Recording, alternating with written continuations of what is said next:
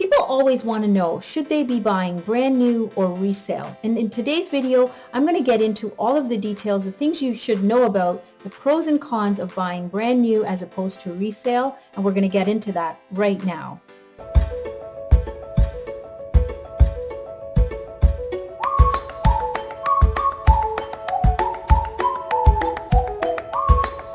Hello everyone, my name is Nasira Jamal and I'm a local realtor right here in the Greater Toronto area. If you're new to this channel and you want to learn everything there is to know about living, working, playing, eating, sleeping, and even the difference between buying brand new and resale properties, then make sure you hit the subscribe button and turn your notification on so that you get notified every time I upload a new video. Honestly, I get calls all the time from people that are relocating into this area and I absolutely love it.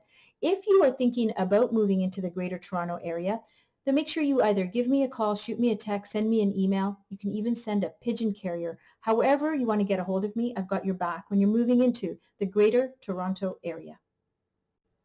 So I get this question a lot from clients who are looking at buying property, whether they should be buying brand new construction or resale. Now, in my own experience back 20 years ago, when I first moved to Brampton, I did buy a resale townhome.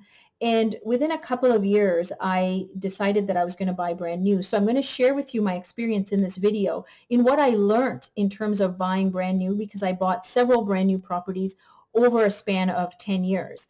Now, one of the biggest things is that when you're looking at brand new construction, especially in this day and age, there's not a lot of cities that have land left to build on. And for instance, like we're going to talk about Mississauga, it really doesn't have much land to grow in terms of building new development except tall rises. So they can build, of course, in the air, and that's why you see a lot more new condo buildings going up because land is expensive. And Mississauga is really one of those places where it's used up all of its flat land. So speaking of condominiums, earlier this week, the province and the Condominium Authority of Ontario announced the launch of a new residential condominium buyer's guide to help buyers navigate the condo purchasing process. So note this, as of January 1st, 2021, developers across the province are required to provide purchasers of new or pre-construction residential condos with a copy of the guide at the time of purchase and sale. The guide includes information on a variety of aspects of condo ownership, including the condo purchasing process, information surrounding purchases of pre-construction units, condo living and governance, and resources for resolving issues related to condo living. Now, while Ontario Realtors are not required to provide the guide, it is part of what the builder is required to provide for you. So ensure that you get this when you are buying a brand new condominium. Brampton now, on the other hand, has quite a few new developments going up, and they are continually growing because we still have lots of farmlands left, especially to the northwest of Brampton. So we're going to talk about brand new choices. You may be limited in the area that you can buy in because a lot of the cities you may be looking at may not have new development. And if it does, especially like places like Richmond Hill, Vaughan, land is extremely expensive there. So you'll even find that townhomes in those areas are really starting out at $1 million plus. And so you're not really getting a lot of land. You're getting a townhome that's attached to another property. So one of the key benefits of buying brand new is that you're able to pick out your finishes. You're able to pick out the lot, like where you want to be situated. You can pick out the upgrades. So that allows people the choice, like you're creating your own home with your own color schemes, your own design features. The con to that is there's a price tag attached to this. So although the builder offers standard finishes, and for the most part, you can actually create a really nice home with their standards, a lot of times people will look at, upgrading those finishes. So whether they're, looking at carpeting or laminate and they want to upgrade to a hardwood floor, it's going to cost a pretty penny, to say the least. And I've done this where I have created that upgrade or bought the upgrade, from the builder and have paid per square footage, whatever that amount was. And then on another purchase, when I bought a brand new home, I actually told the builder not to finish the floor at all and just leave the plywood so that I could hire my own contractor that came in and put the flooring in for me.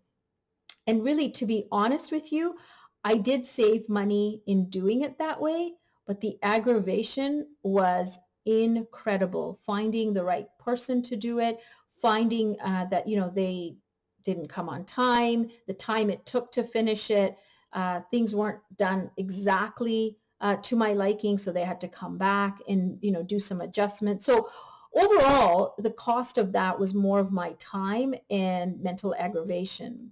So sometimes you have to kind of weigh out what is better if you want to pay the amount of money that the builder is asking for. And typically it is about 50% more than what you'll find if you do it on your own. So that is one of the things that you have to consider when you're buying brand new. The other con to buying brand new is, from this perspective, is you don't get air conditioning or window treatments, and the light fixtures are basic. So once you get your home, you walk in, you may want to upgrade your light fixtures to add more luster, as well as add value to the home when you're thinking about reselling. The other thing is you won't have air conditioning for the most part. Most builders, unless it's an incentive, they're not offering air conditioning. And in our summers, typically, even though we only have short summers between June to August or September, AC is pretty much, in most homes. And again, it adds resale value if you have a central air conditioning unit. So that's, again, another cost you'll have to add into your budget. And window treatments, it comes with absolutely no window treatment. So for a lot of people, if they purchase a home and don't have enough funds, sometimes what I have found is people will use the paper blinds until they're able to have window coverings, and they may do some windows, or a few windows at a time to allow for budgeting to get that stuff done. And so those are just, again, costs that come in after. And one of the things, I help people buy brand new homes. I'm a VIP agent with a lot of the different developers and builders in the GTA, and they will offer agent incentives. So sometimes what will happen is they will offer decor dollars, or they'll offer appliances, and we can negotiate as agents for our buyers. We can negotiate some of the upgrades into the price of the home, because a lot of the builders, of course, most builders are not negotiating on price. I mean, the price you see is the price you pay plus everything else. When you're doing upgrades for a brand new home, remember that your upgrades are not included in the purchase price. So that is something that you will pay extra for at the Decor Design Center. And so for a lot of people, that also makes it difficult if they're not able to put that in their mortgage amount. So that's something to be aware of, so that you know that at the end you will need extra costs.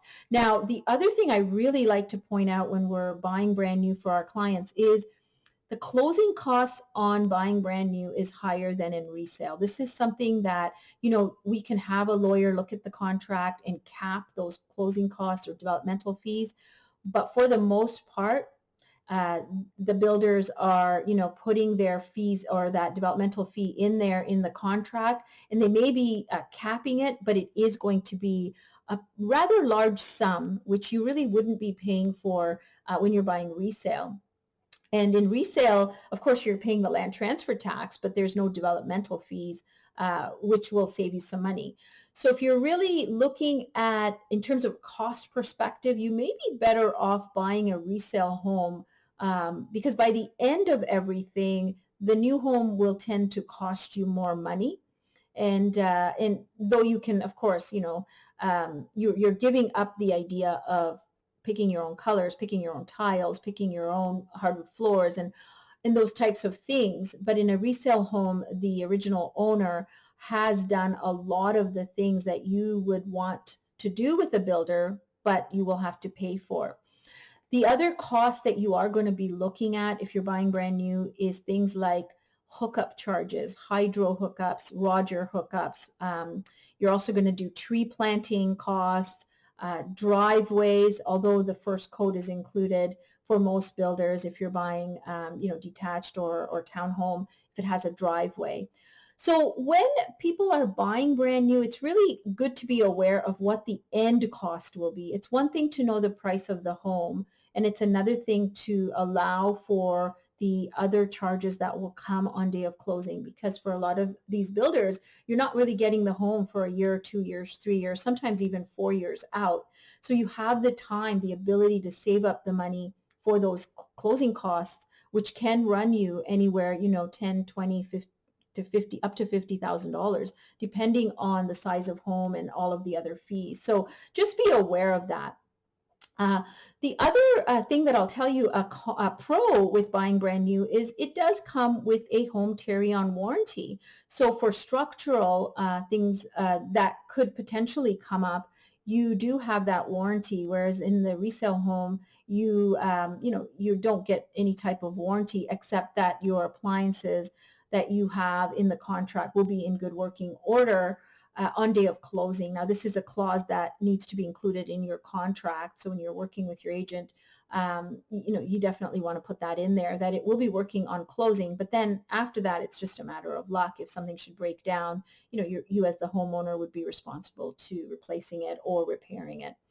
The benefits to buying from a resale or a seller is that you actually get to, in some cases, in a lot of cases actually, you can negotiate the price and you can negotiate the conditions. Remember, with conditions on for resale properties like financing, home inspection, insurance clause, you can actually include that in your offer. With a brand new, you do have a 10-day rescind period, which is lawyer's review. But for most builders, they are looking at you having your mortgage approval right on hand when you do the offer with them. One of the other things with the new build is that you will have to pay a higher deposit than you would in a resale home. So again, every builder is different. So you will have to look at that in terms of what is that initial deposit, and you will have to have access to that money so that you're able to fulfill that end of the contract. Typically, they'll give you 6 months, 9 months, and each builder is different. Some of them I've seen lately doing a monthly payment for a year or a year and a half to build up that deposit. But you do have to be aware that that deposit will be much higher than the deposit you would do on a resale home. And again, this is something based on your own access to cash, which you'll have to figure out. But working with a qualified realtor that knows the difference and knows how to help you create the right type of offer, whichever way you're going, whether it's new build or resale. The other thing, for a lot of people, like I always tell people, clients that are buying homes, set aside 1.5% of your purchase price on a resale home for your closing costs. So this is including like your legal fees, title insurance, registration fees that the lawyers will charge for title and things like that, as well as the land transfer tax, which is, of course, a government tax that has to get paid. Now, in my experience, because I have bought over the last 10 years several brand new homes, the land transfer tax is a big ticket cost. So, when you're just calculating your cost at the end, you make sure that you have those funds set aside, because the lawyer is going to ask you for that amount of money to be brought in when you go in for your final signing. So one of the other things I want to mention if you're thinking of buying brand new is the HST. Now, for most builders, it is included in the price, but ensure that you ask that question, is HST included? And for those that are looking at buying it for investment, the rule is that you must hold that property for 1 year. So whether you live in it or you rent it out, you have to be able to show that that is what you have done with the property. If you are buying the property and selling it right away, you will, because you're signing a document with the builder saying that it is for end user. If you don't do that, CRA can actually come after you after the fact to pay back the HST. It has happened to one of my clients many, many years ago. when he wasn't aware of it. And the CRA did, after a number of years, come back for that amount of money. So be aware of this rule and check with CRA with rules as they, obviously get updated and changed. You want to ensure that you're not putting yourself in a position where you may be having to pay that HST back. Check with your accountant as well. If you're buying an investment property, in terms of all the other things that you have to consider, like capital gains at the end when you do decide to sell it. New builders are offering a assignment clause. And again, for those that work with a realtor, ask questions about what that really means and what it entails. It's not as simple as having the assignment clause in your contract, and then come before closing, if you want to sell it, you can go ahead and sell your contract. It's a little bit more complicated than that, and you have to understand that if you have the assignment clause in and you don't sell it within a certain period of time that the builder will give you, the builder will expect you to close that sale under your name. And so you have to ensure that you're able to get the mortgage.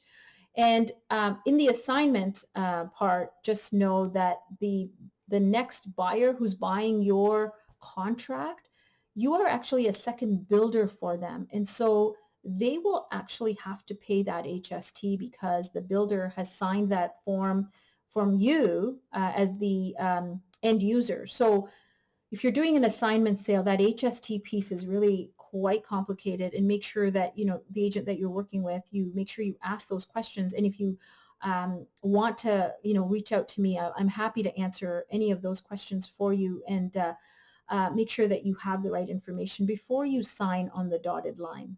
There's a really big con to buying brand new. When you're buying in an area where they're just starting to do the construction, you are going to be living in a construction zone for a number of years. So you have to really be aware of the amount of dust, the amount of noise that'll be, with them building, with construction vehicles and things like that. So, for a lot of people, this is actually a drawback because they really just want to move in and have everything finished. In a lot of construction areas, if you are one of the first couple of phases, you're going to notice that you're going to be living in construction for a long period of time. You're also, in an area where they're building a community, which means that, you won't have as easy access to schools, shopping, places of worship. So, again, when you're living in a community that's just being built, you do have to kind of grow with those pains, because you will have to travel outside of the area. In terms of schools, mostly what I've noticed is that children from a new development are bused into another area until a school is built in the area that that particular subdivision is built on. So just be aware of that, because it adds to some commuting time, it adds to some more aggravation, and also for time, you do have to allow for time to get out of that area to go and get your groceries and things like that.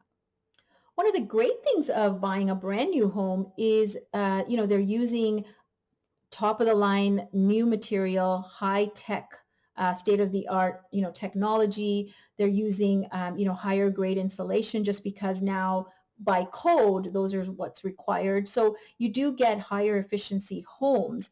But in the older homes, what you'll find is, in a home inspection, you may find that, you either have a low rating, let's say for your insulation, you may need to upgrade that. But in a new home, you will get all of the top of the line kind of finishes, as well as all of the things that are required by code. So that is another great pro to buying brand new. One of the other cons for buying brand new is if your appliances aren't included, then, or even if they are, it'll be probably standard builder quality, which most of my buyers have actually upgraded. Just, a larger fridge, capacity, higher efficiency for energy, as well as the stove. It'll be sort of that basic grade level. So for most people, they do upgrade their appliances. So again, there's a cost to that, and you have to just kind of allow that in your budget, that you will go and get something that will be more suitable for your lifestyle and your needs. Now, for most builders, they will give you a credit if you're not taking their appliance package, let's say. It's a small credit usually, I find. It's not a huge number, but at least they're giving you something in return. And a lot of the builders will send you to where they're buying their appliances wholesale so that you get a bit of a break in that way when you're upgrading your appliances. So overall, in terms of buying new or resale, it really depends on what is your objective. If you are looking at buying in an area that's going to be a new community, you don't mind commuting, perhaps you are own your own business and you work from home, and that piece is really irrelevant, that you don't have to commute, then it's a great idea to look at the new builders that are offering the different types of homes in the different price ranges, and working with a VIP agent that has those builder connections, developer connections, is a great way to get your incentives, because they work with agents before they launch to the general public, and will offer certain incentives that won't be offered if you are sort of in the later phases of purchase. So working with an agent from that perspective is great, because you'll be able to get to know those incentives. You'll get to know about their pre-launches before the general public does, which always is nice, because then you get more choice as well. If you're looking at buying resale in a very hot seller's market like we are in right now, it's really good to work with an agent that can set up searches for you, that will allow you to get properties that are off market. A lot of properties, just so you know, don't even make it to MLS. So if it is something that you want to access, you're really ready to pull the trigger, but you just want to be sure that you're getting access to all of the properties that are out there, make sure that you work with an agent that will give you that access. If you are looking to get more information on how to do that with my team, then definitely reach out. So overall, you can decide on what fits your lifestyle. For a lot of people, they look at different things like their work, school, transportation, and just overall community feel. I hope this video is helpful in terms of just understanding the differences, the pros and cons of buying brand new versus resale. If you are looking to purchase a home in the Greater Toronto Area, whether it be brand new or resale, and you want to start looking at what the options are, you've got to give me a call, send me a text, shoot me an email. You can even send a pigeon carrier. However you want to get a hold of me, I've got your back when you're moving into the Greater Toronto Area. Until the next video, I'll catch you later.